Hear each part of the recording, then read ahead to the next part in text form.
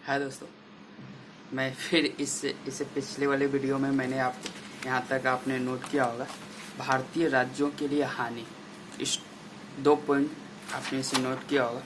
अब यहाँ से मैंने कहा था कि अल ऑफ मिंटो 1807 से 1813 ईस्वी का काल, इसके काल में मात्र एक सिख शासक रंजीत सिंह के साथ 1809 ईस्वी में अमृतसर की संधि हुई। बस इतना ही। मेंस के लिए आपको जितना आपको एंटर को थोड़ी सी है, आपको पीटी के लिए थोड़ी सी बुक देखनी पड़ेगी, लेकिन मेंस के हिसाब से क्वेश्चन देखते हैं। फिर भारत में गवर्नर जनरल लॉर्ड ब्लेजली के काल में ब्रिटिश शासन के प्रसार की विवेचना कीजिए। उत्तर, लॉर्ड डलहौजी से पूर्व अगर किसी गवर्नर जनरल ने भारत में अति आक्रामक रुख का परिचय दिया है तो वह था लॉर्ड ब्लेजली। अपने ब्रिटिश सर्वोच्चता के प्रसार के लिए दोहरी नीति अपनाई, युद्ध एवं सहायक प्रणाली, द्वितीय आंग्ल मराठा युद्ध, चतुर्थ आंग्ल मैसूर युद्ध। बेसिन की संधि के माध्यम से उसने मराठा परिसंघ के मामले में हस्तक्षेप का अधिकार प्राप्त किया। द्वितीय आंग्ल मराठा युद्ध के माध्यम से भारत की सर्वोच्च शक्ति मराठे का दमन कर दिया। इसी प्रकार चतुर्थ आंग्ल मैसूर युद्ध 1799 के माध्यम से टीपू सुल्तान को, जो न केवल भारत के अंदर बल्कि वैश्विक स्तर पर भी मोर्चा बनाने का प्रयास कर रहा था, उसे अपने रास्ते में से हटा दिया।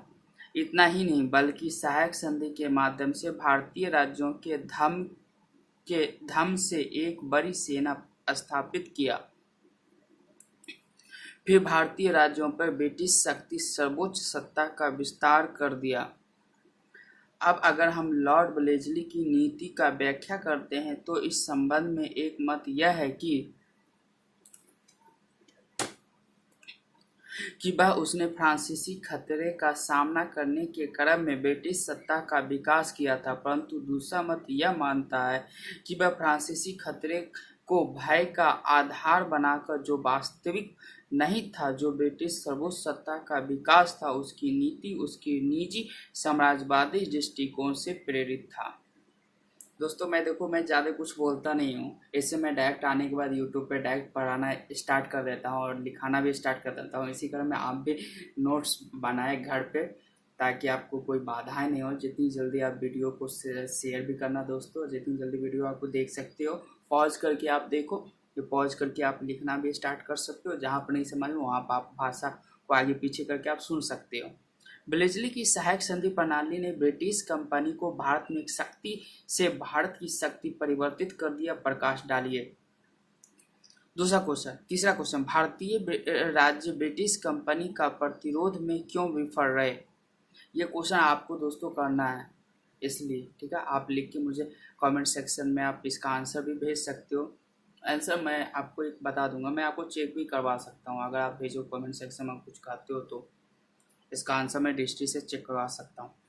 उत्तर, ब्रिटिश कंपनी द्वारा भारत की विजय एक सामंती भारत पर पूंजीवादी। इसका आंसर यह है, ब्रिटिश कंपनी के प्रतिरोध में क्यों विफल? ब्रिटिश कंपनी द्वारा भारत की विजय की एक सामंती भारत पर पूंजीवादी ब्रिटेन की जीत थी, अर्थात ब्रिटिश कंपनी एक अधिक विकसित आर्थिक सामाजिक मॉडल को प्रेरित कर रही थी। भारतीय राज्यों में परस्पर एकता की भावना में कमी थी, क्योंकि उनमें आधुनिक राष्ट्रवादी चेतना का विकास नहीं हो पाया था। नंबर 3, क्यों विफल रहे?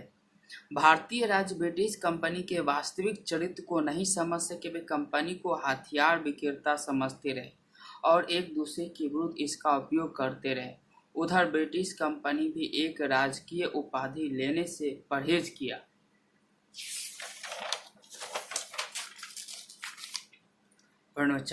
आगे जब भारतीय शासकों ने ब्रिटिश कंपनी के आक्रामक नीतियों को समझा और उसका सामना करने का प्रयास किया तो उन्हें ब्रिटिश कंपनी की चुनौती को केवल सैनिक संदर्भ में ही देखा तथा आर्थिक एवं तकनीकी क्षेत्र में कोई मूलभूत सुधार लाने का प्रयास नहीं किया। अब प्रशासनिक दृष्टि महत्वपूर्ण है। इस काल में ब्रिटिश चूंकि अपने दायित्व को बढ़ाना नहीं चाहते थे, इसलिए कि प्रशासनिक क्षेत्र में भी उन्होंने सीमित सुधार और परिवर्तित लाने की बात की। एक तरह से अगर देखा जाए तो उन्होंने मुगल प्रशासन ढांचे को ही कुछ सुधारों के साथ जारी रखा। अगर उन्होंने इस काल में सुधार में रुचि दिखाई तो केवल दो ही क्षेत्रों में, राजस्व संग्रहण एवं न्याय व्यवस्था।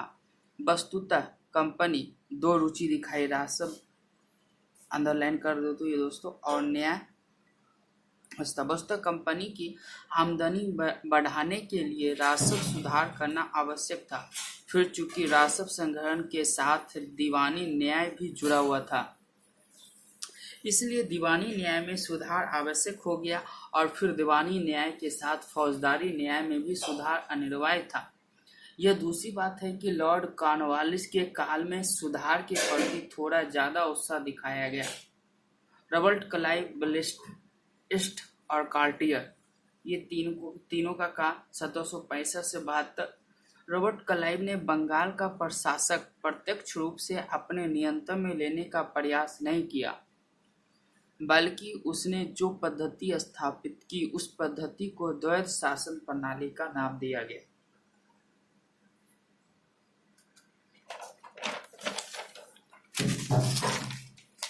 दिया गया। इसे देख लेते हैं थोड़ा सा।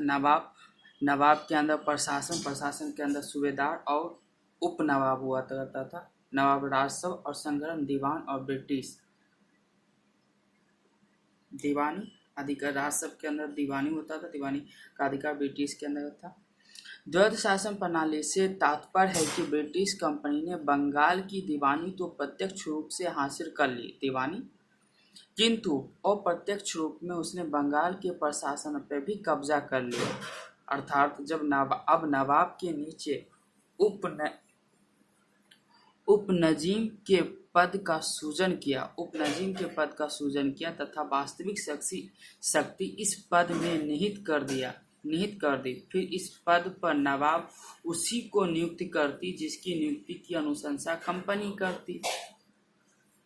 यह पद्धति 1765 से 72 तक चलती रही। भू राजस्व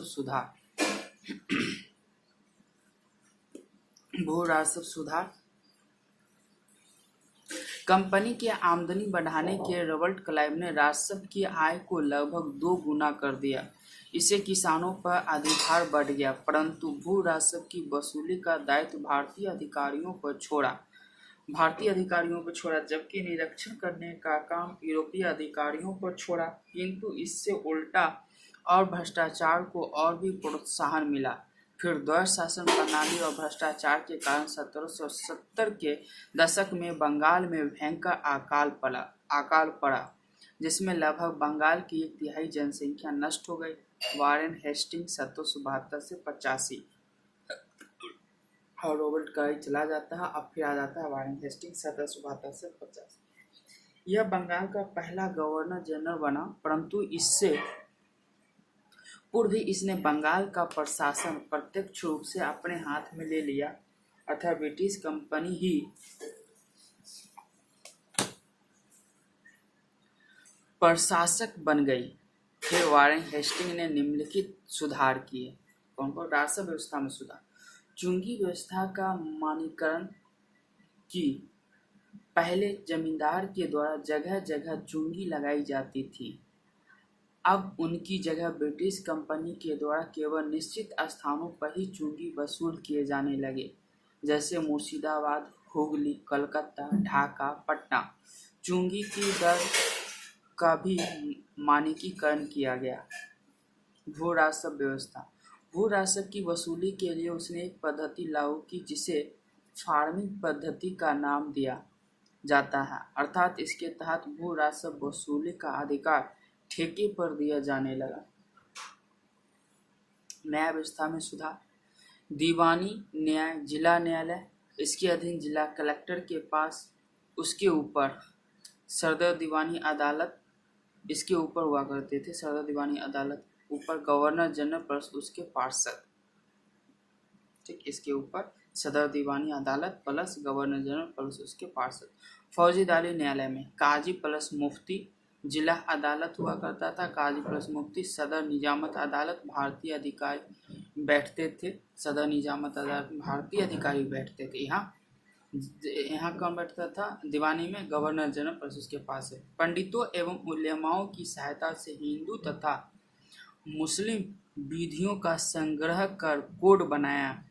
code of Gentoo laws, Colebrooke's, digest. Code का निर्माण अगर पूछ देगा तो कार्ल हेस्टिंग ने बनाया था, वारेन हेस्टिंग। लॉर्ड कॉर्नवालिस 1786 से 93। लॉर्ड कॉर्नवालिस ने अपेक्षाकृत सुधार के लिए अधिक उत्साह दिखाया। प्रथम, कॉर्नवालिस के आगमन से पूर्व ब्रिटिश अमेरिका खो चुके थे और अब भारत पर संकेंद्रित होने का प्रयास कर रहे थे। उधर अमेरिका खो चुका था। कॉर्नवालिस का यह व्यक्तिगत विश्वास था कि जो संस्थाएं ब्रिटेन में सफल हुए वे भारत में भी सफल होंगे। इसके सुधार को हम निम्नलिखित समूहों में रख सकते हैं। न्यायिक सुधार। उसने दीवानी न्याय और फौजदारी न्यायालयों को सुनिश्चित करने के लिए न्यायालय को एक पूरी श्रृंखला निर्मित की। दीवानी न्यायालय, किंग इन काउंसिल, उसके नीचे सदर दीवानी अदालत, उसके प्रांतीय अदालत ढाका, कलकत्ता और मुर्शिदाबाद में खोला गया। जिला अदालत, उसके बाद रजिस्ट्रार की अदालत, उसके बाद मुंसिफ की अदालत। ये ऊपर जाने का कर्म है और ये नीचे आने का कर्म है। फौजदारी न्यायालय में सदर निजामत अदालत, सर्किट कोर्ट और जिला अदालत। जैसे आज के टाइम में कहा जाता है सुप्रीम कोर्ट से हाई कोर्ट, उसके प्रांतीय अदालत, जैसे ये सब हुआ करता था उस समय। ठीक है, इस प्रकार का कर्म है। जिला अदालत, रजिस्ट्री अदालत, मुंसिफ। विधि में सुधार। कॉर्नवालिस को भारत में प्रचलित कुछ कानून बराबर प्रतीत हुए। कॉर्नवालिस को भारत में प्रचलित कुछ कानून बराबर प्रतीत हुए, इसलिए कॉर्नवालिस ने उसे अधिक मानवीय और तार्किक बनाने का प्रयास किया। उसने 1793 के कॉर्नवालिस कोड के आधार पर न्यायपालिका की शक्ति को कार्यपालिका से पृथक किया।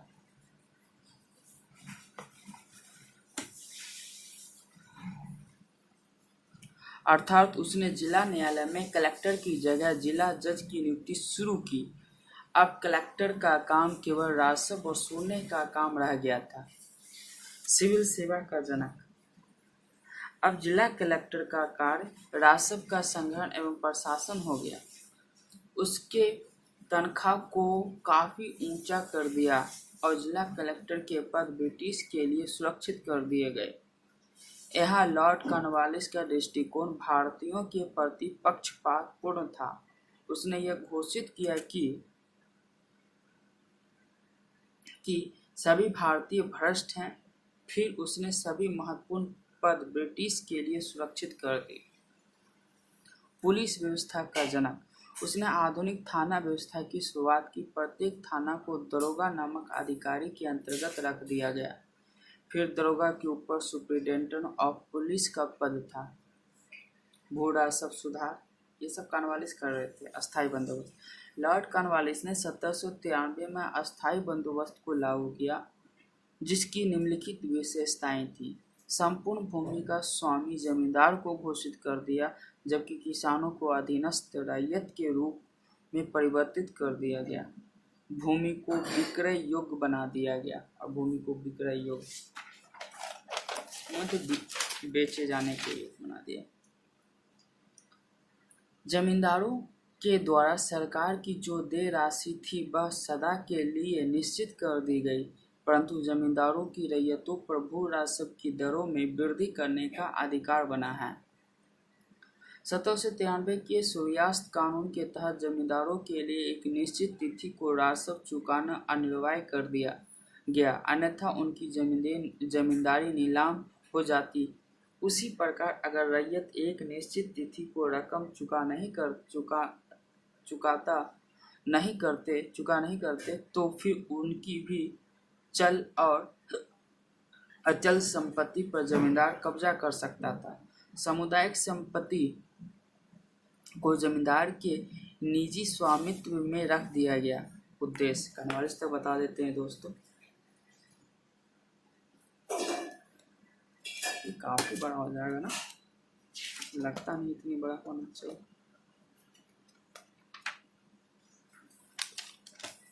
उद्देश्य को पूरा कर लेते हैं। प्रेरित यह उद्देश्य पॉइंट नंबर 1, यह मुख्यतः ब्रिटिश वाणिज्यिक पूंजीवाद के उद्देश्य से प्रेरित था।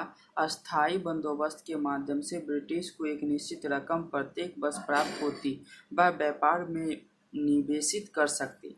फिर कंपनी के व्यापार में वृद्धि के लिए बंगाल में कृषि उत्पादन में वृद्धि भी आवश्यक था, क्योंकि बाहर से निर्यात की जाने वाली वस्तुओं में एक बड़ी मात्रा बंगाल से प्राप्त वस्तुओं की होती थी और उनमें भी एक बड़ा अंश कृषि उत्पादकों का होता था।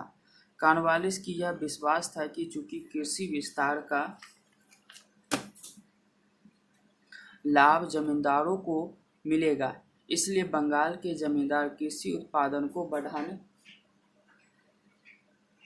में रुचि दिखाएगी और फिर कृषि के क्षेत्र में समृद्धि होगी।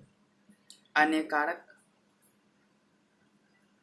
दोस्तों, मुझे लगता है ये टॉपिक अनेकारक और आर्थिक नीतियां, शिल्पियों का शोषण, धन की निकासी का उद्भव, ये टॉपिक आपका बचा हुआ, और सामाजिक नीतियां और सांस्कृतिक नीतियां, प्राच्यवाद को निम्नलिखित पहलू सामने आते हैं, उद्देश्य, ये सारे टॉपिक मैं आपको कल कराऊंगा। फिर यहाँ से आपके क्वेश्चन आ जाते हैं।